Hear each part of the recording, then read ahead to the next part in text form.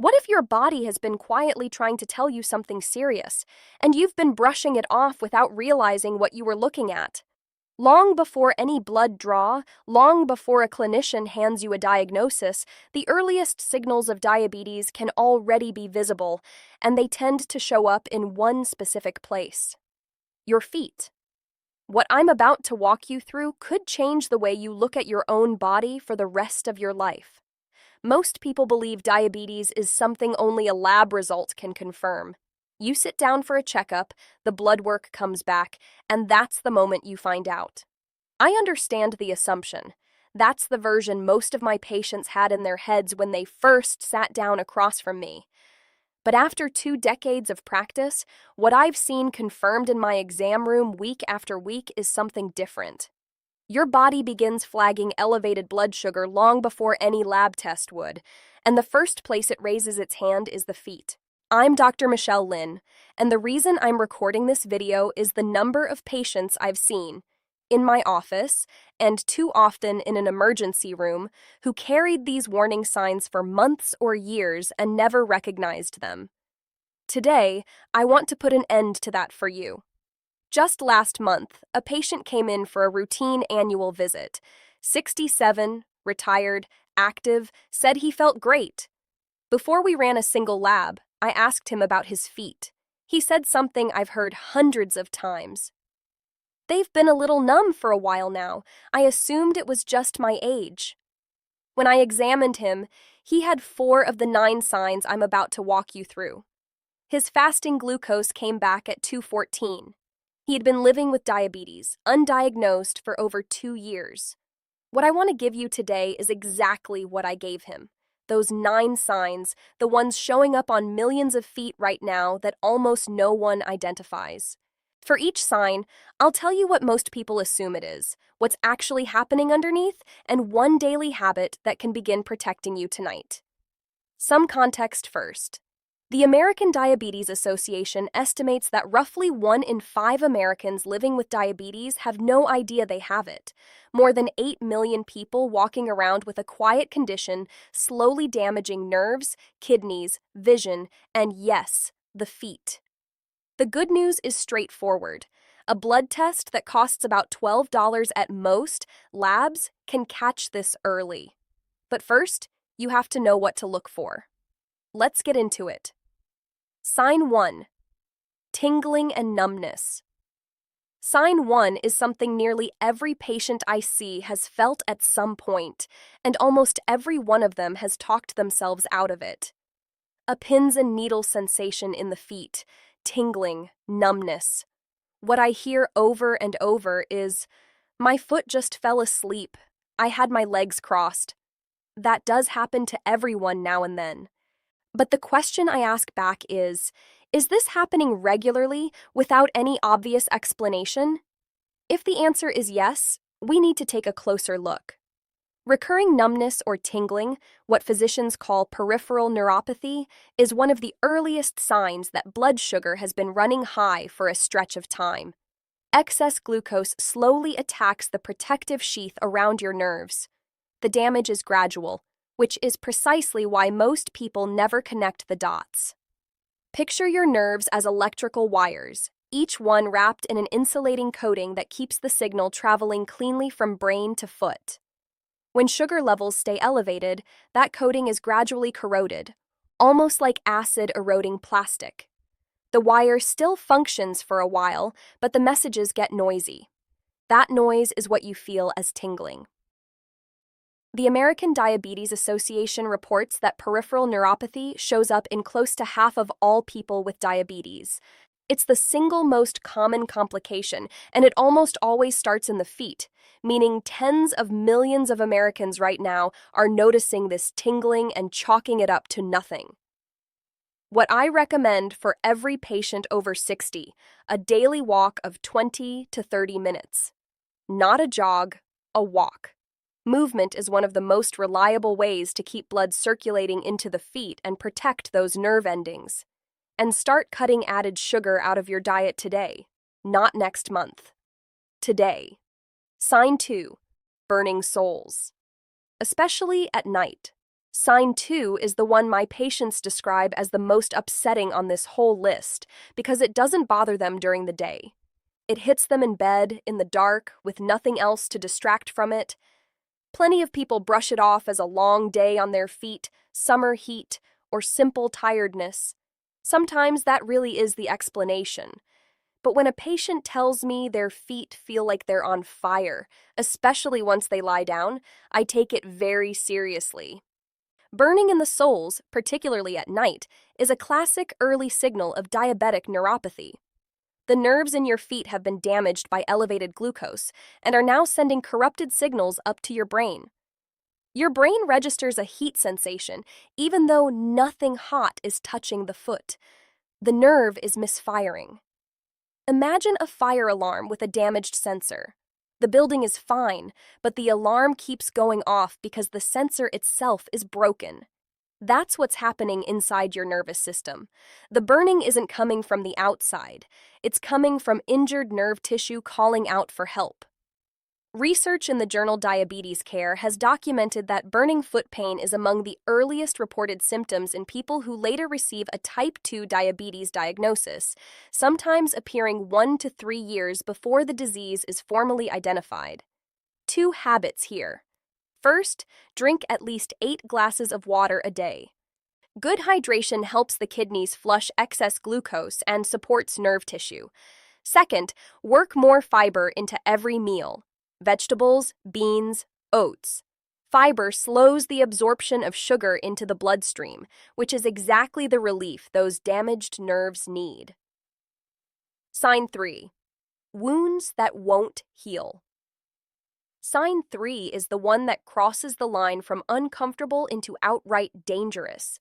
This is the one that drives the largest number of patients into emergency rooms. They sit down and say, "I had a small blister from a new pair of shoes about 3 weeks ago. It still hasn't closed." They waited.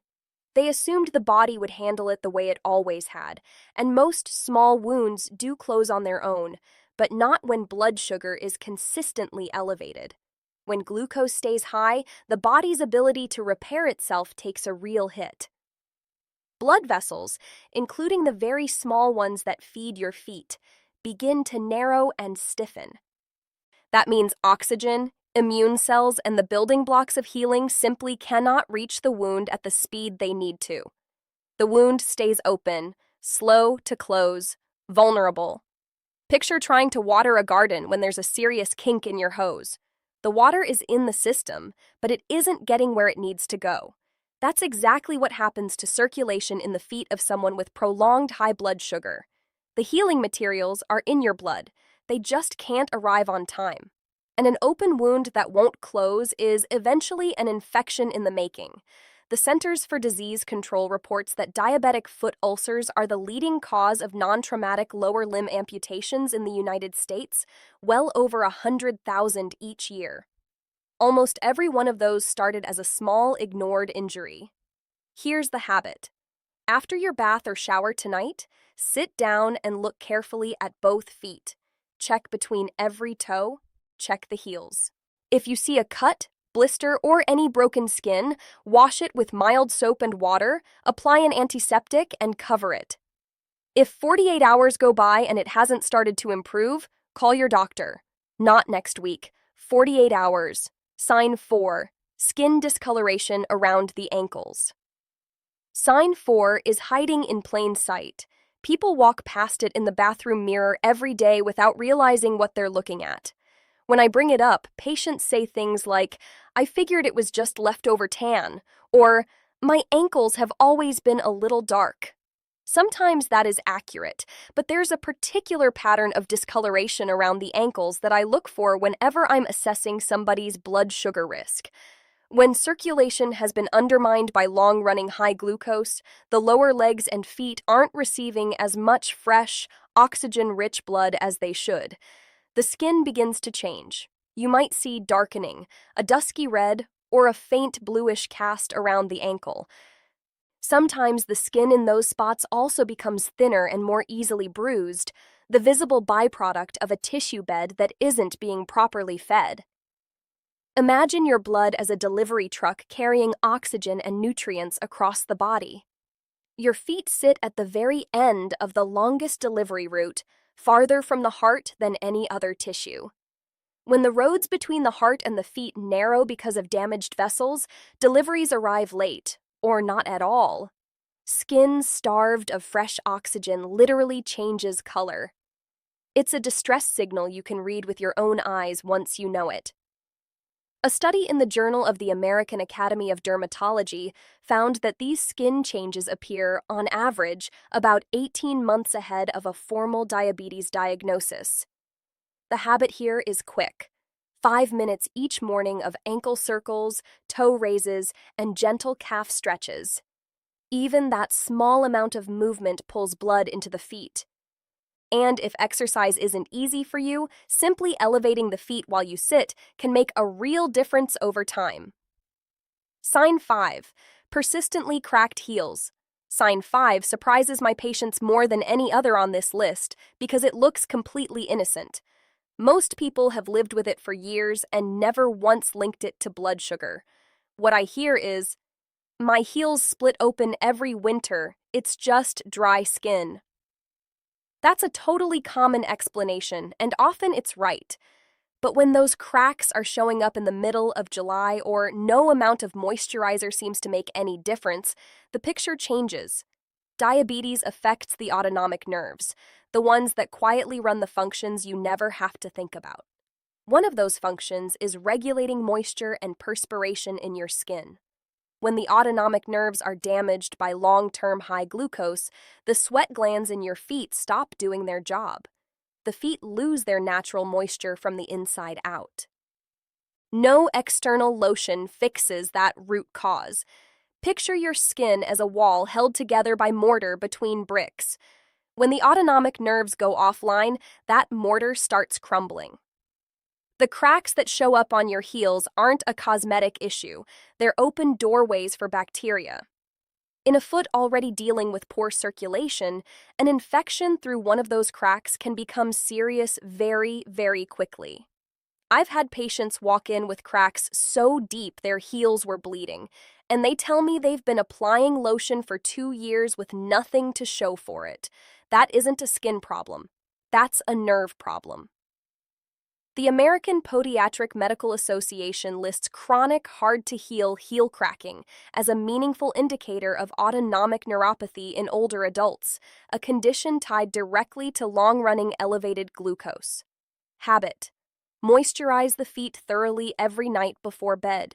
A good plain lotion or pure coconut oil works well. Apply generously to the soles and heels, but never apply moisturizer between the toes because trapped moisture there breeds fungal infection. And keep up your 8 glasses of water a day. Skin needs hydration from the inside as much as from the outside. Let me pause for a moment. We've been through 5 signs. I want to ask you something straight. Have you noticed any of these on yourself or on someone you love? A spouse, a parent, a sibling? If the answer is yes, even just one sign, scroll down to the comments right now and write the word yes in capital letters. Just yes, that's all. I do read every comment on this channel. If you have a question, ask it. If something here is worrying you, tell me. I made this channel to have a conversation with you, not to talk at you. And if this video is being useful to you, tap the like button. It takes 1 second, and it tells the platform to show this to more older adults who need to see it. Now, let's keep going. Sign 6. Swollen feet and ankles, edema. Sign 6 is more serious than most people realize because it isn't only about your feet, it's also about what's happening inside your kidneys at the same time.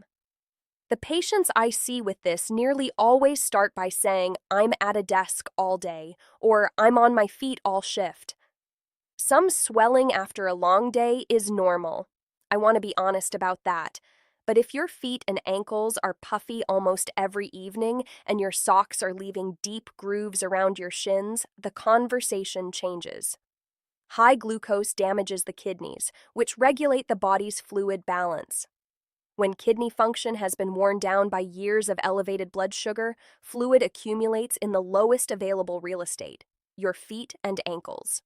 That swelling, called edema, is a sign that the body's filtration system is laboring. Think of your kidneys as a filtration plant for the bloodstream. Every drop of blood passes through them to be cleaned.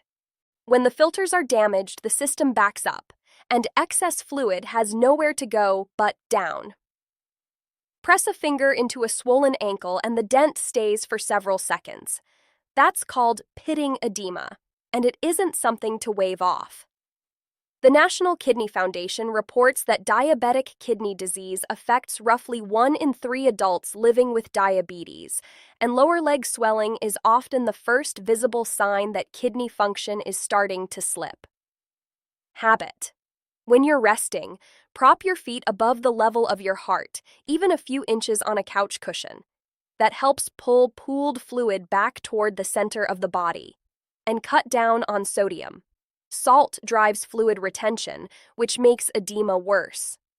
Read labels on canned and packaged foods, and if the swelling is new, persistent, or getting worse, bring it up at your next appointment. Don't wait for it to escalate. Sign 7. Sharp, stabbing foot. Pain misread as arthritis. Sign 7 is the one I see misdiagnosed more often than any other. Older men in particular often arrive having lived with it for years, taking the wrong medication. The version I hear most. I've been on ibuprofen for the foot pain for months, figured it was arthritis, maybe an old injury catching up with me. Sometimes that's exactly right. Other times, the pain is coming from something completely different, something ibuprofen will never reach.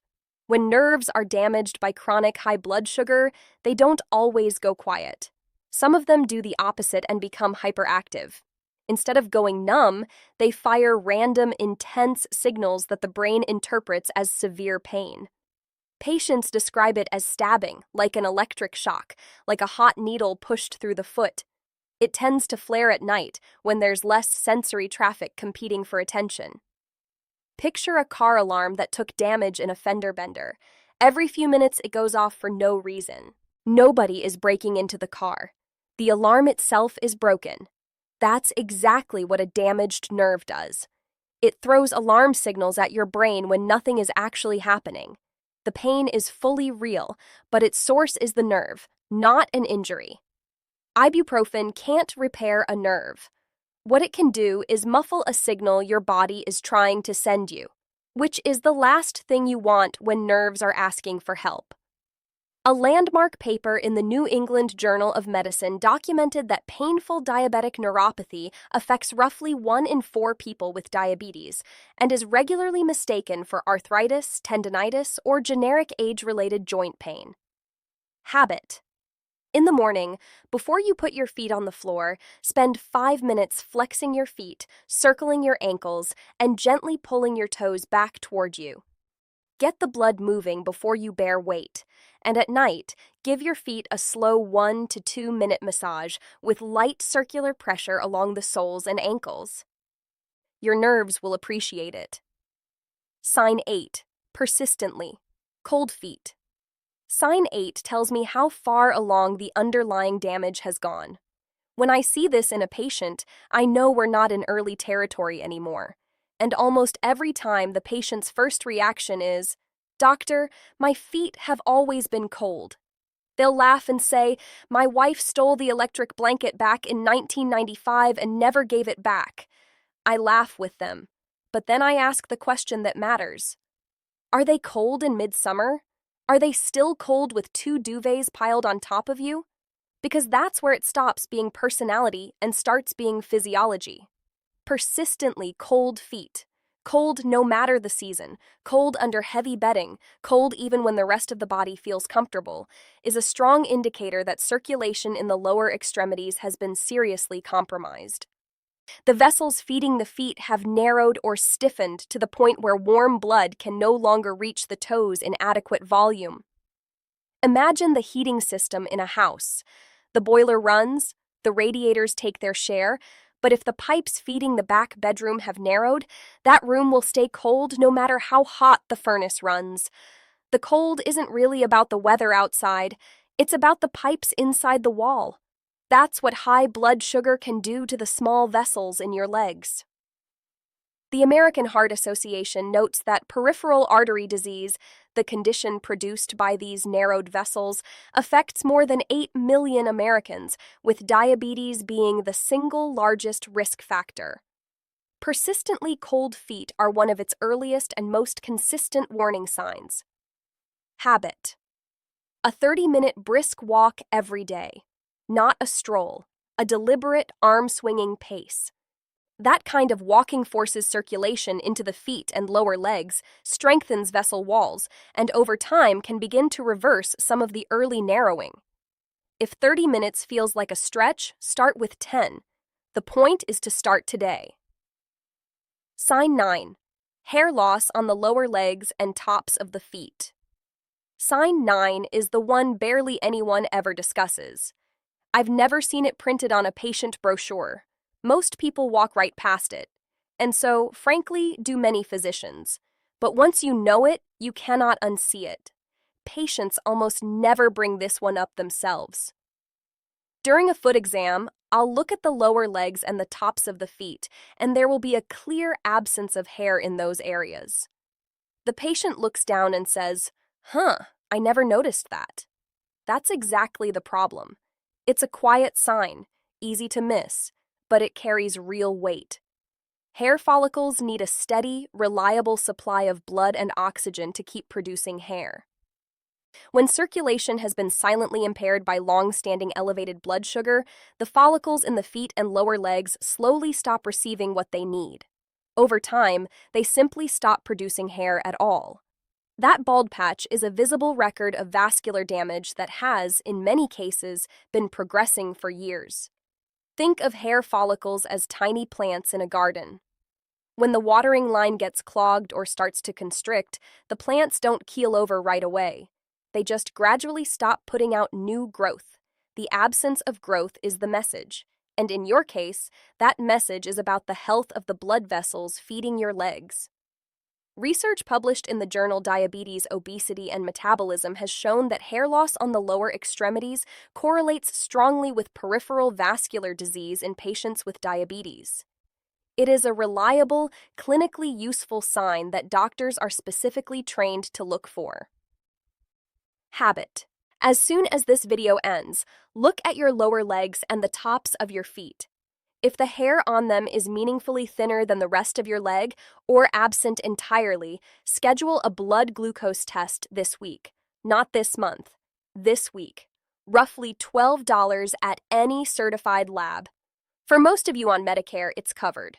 $12 can change the entire trajectory of your health. 9 signs. 9 separate chances to catch this before it catches you. I want to be candid with you about something.